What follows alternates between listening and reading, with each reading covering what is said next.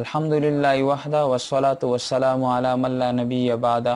نوستمې سپارې خلاصه تاسو په حضور کې سورۃ ملک بیان د ملک بادشاہت ته یای. الله تعالی تبارک الذی بیده الملک ذکر کوی د ملک په وجه باندې د دې سورۃ نوم سورۃ ملک کې ښودل شو. الله تعالی په دې سورۃ کې د مرګ او د ژوند حالات بیان کړو، د پیدایښت غرض بیان کړو، بیا د قیامت ذکر وکړو، د توحید او د قدرت دلایل ذکر کړو چې الله تعالی رزق تاسو ته درکوي.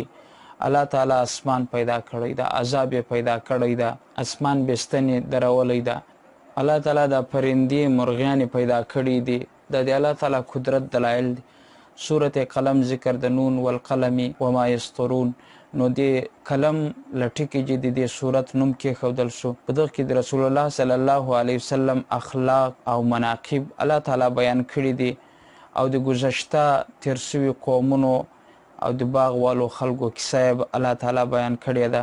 د قیامت منظرکشي الله تعالی په دې صورت کې کړې ده. سورۃ الحاقه، حاقه یای واقع کېدلو وال شته، یعنی قیامت راتلونکی ده. د الله تعالی په دې صورت کې د قیامت د شدت ذکر کړی د څومره سختي باندې به دا قیامت راځي، سخته ورځ به.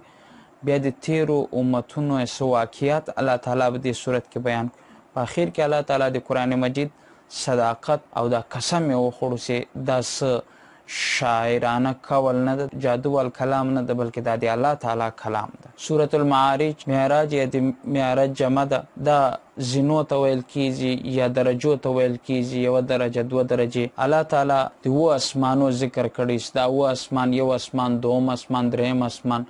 دا د الله رب العزت یو قدرت ده. د رسول الله صلی الله علیه وسلم په دعوت باندې به مشرکینو چې کوم اعتراضات وو دغه رد په دې صورت کې الله تعالی ذکر کړی ده. د قیامت منظرکشي الله تعالی په دې صورت کې کړی ده. الله تعالی فرمایلی دي چې عذاب هغه خلک بچ کیږي او هغه خلک کامیاب دي چې کوم خلک منځونه کې او حقوق ادا کوي او زکات ورکوي، په حساب باندې یقیني.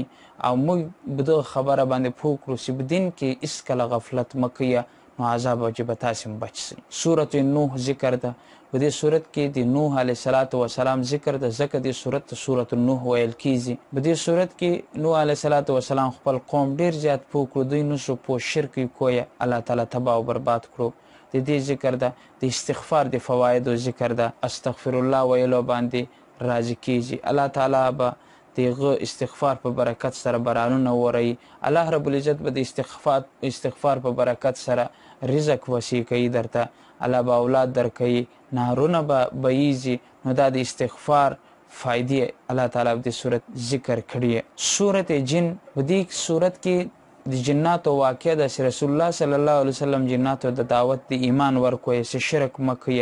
الله تعالی په دې صورت کې دغه واقع ذکر کړی ده، ځکه دې صورت ته سورۃ جن ویل کیږي. د الله رسول په ذمه باندې خبره ورسول دي، پې منل نه دي. نو الله تعالی په دې صورت کې جناتو ته ډیر زیات احکام ورسول، به طور خاص دا ورته شرک مه کوئ. سورۃ مزمل، مزمل یې د کپړه اغوستلو وال سړي ته رسول الله صلی الله علیه وسلم د مشرکینو په الزاماتو ډیر زیات تنگ شو، رد بدې خبرې وی پسې کړې. نو دغه په وجه باندې پریشانی په حالت کې د یو کپړه بزان باندې واچول، سازر بزان باندې واچاو.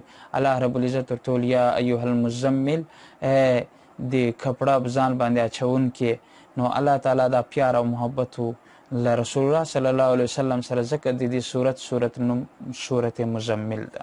دا خلک چې رسول الله صلی الله علیه وسلم ته تکلیف ورکوي، الله تعالی ورته وویل چې ته ذکرم کا، خلوت ځان ته یو خلوت اختیار کا، او قرآن په طریقه سره یا ځان پې پوه کا، برداشت په ځان کې پیدا کا. او الله تعالی رسول الله صلی الله علیه وسلم ته تسلی ورکړه. او د نه منلو خلکو ته الله تعالی وفرمایل چې تاسې انجام به بیا دغسې لکه د فرعون انجام او د فرعون د قوم انجام چې دی په اخر کې هلاک او برباد شو. نو تاسې که نه منئ د رسول الله صلی الله علیه وسلم خبر دی، تاسې انجام هم دغه تاسې برباد شي. سورۃ مدثر ذکر ده. مدثر معنی د لحاف په ځان باندې سازر اچول او پریوتل وحی را نازلېدل نو رسول الله صلی الله علیه وسلم ځان باندې سازر واچو الله تعالی ډیر په محبت سره ورته سازر په ځان باندې اچولو والا یا ایها المدثر ځکه دې صورت تم صورت مدثر ویل کیږي. په دې صورت کې الله تعالی حکم ورکوي رسول الله صلی الله علیه وسلم ته دعوت ورکا او ولاړ سه د خلکو د دعوت ورکا توحید ورته بیان او دی الله تعالی له عذاب جی وډار کا.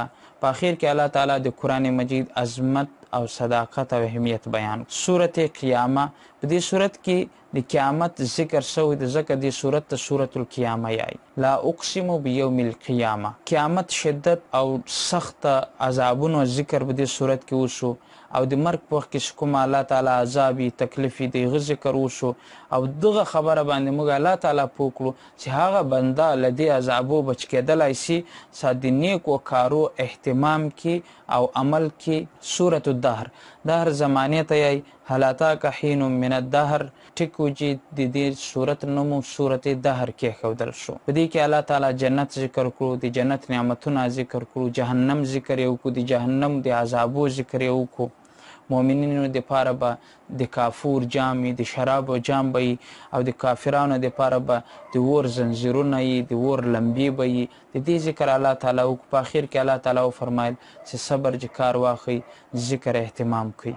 سورۃ مرسلات المرسلات عرفا نو سورۃ مرسلات ذکر اغه هواوی ساراوال وزي اغه ملائکه سدي الله تعالی له طرف راضي علامات قیامت بدی کې بیان شو او د تیر شوی قومو بدی کې عذاب بیان شو او الله تعالی انسان ته ویل ستاسو دغه مکه د تاسو انجام خراب شي نو الله تعالی انسان وډار کول دي چې انجام مخربوي. د نعمتونو ذکر الله تعالی د صورت کې وکوي چې نعمتونه صحیح استعمالوي فضل خرچ مکه چې تر قران غټ کتاب نستله تاسو سره او دې ته توجه ورکړي.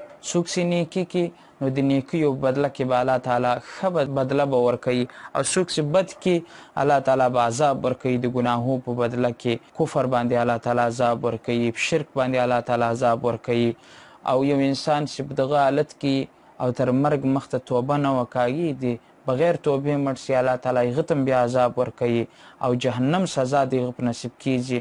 الله رب العزت موږ او تاسو ته د اخرت لپاره تیاری کولو توفیق را نصیب کړي.